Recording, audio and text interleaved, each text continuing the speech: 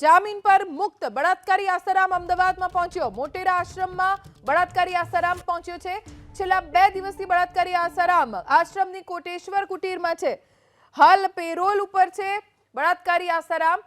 જામીન ઉપર મુક્ત આસારામ પહોંચ્યો મોટેરા આશ્રમ અને ત્યાં જ્યારથી આ સમાચાર મળ્યા છે કે આસારામ પહોંચી રહ્યો છે ત્યારથી મોટી સંખ્યામાં અનુયાયીઓ પણ જોવા મળી રહ્યા છે।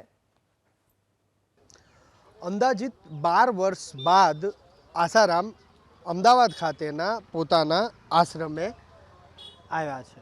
તેમના ઉપર જે કોર્ટ કેસ ચાલે છે અને જે તેમને સજા પડી છે એમાં શરતી જામીનના આધારે તેમને 31 માર્ચ સુધીના જામીન મળ્યા છે અને એ દરમિયાન તે અમદાવાદ આવ્યા છે।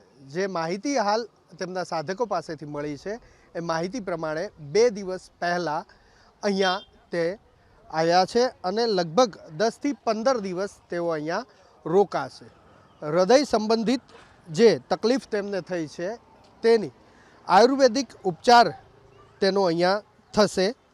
અહીંયા નજીકમાં એક કુટીર આવેલી છે, એ કુટીરમાં તે રહે છે તેવું સાધકોનું કહેવું છે। કોર્ટે જે શરતી જામીન આપ્યા છે એ શરતનો ભંગ ન થાય એ પ્રમાણે તે અહીંયા રહેશે તેવું તેમના સાધકોનું કહેવું છે। પરંતુ લોકોનું કહેવું છે કે ગઈકાલે સાંજે પણ કેટલાક અનુયાયીઓ સાથે તેમણે અહીંયા સત્સંગ કર્યો હતો। જો કે કોર્ટે જે જામીન આપ્યા છે તેની અંદર અનુયાયીઓને મળવાની પરવાનગી આપી નથી। તો આ રીતે અહીંયા 12 વર્ષ બાદ આસારામ આવતા તેના અનુયાયીઓ પણ આ જે આશ્રમ મોટેરા ખાતે આવેલો છે ત્યાં ભીડ જોવા મળી રહી છે।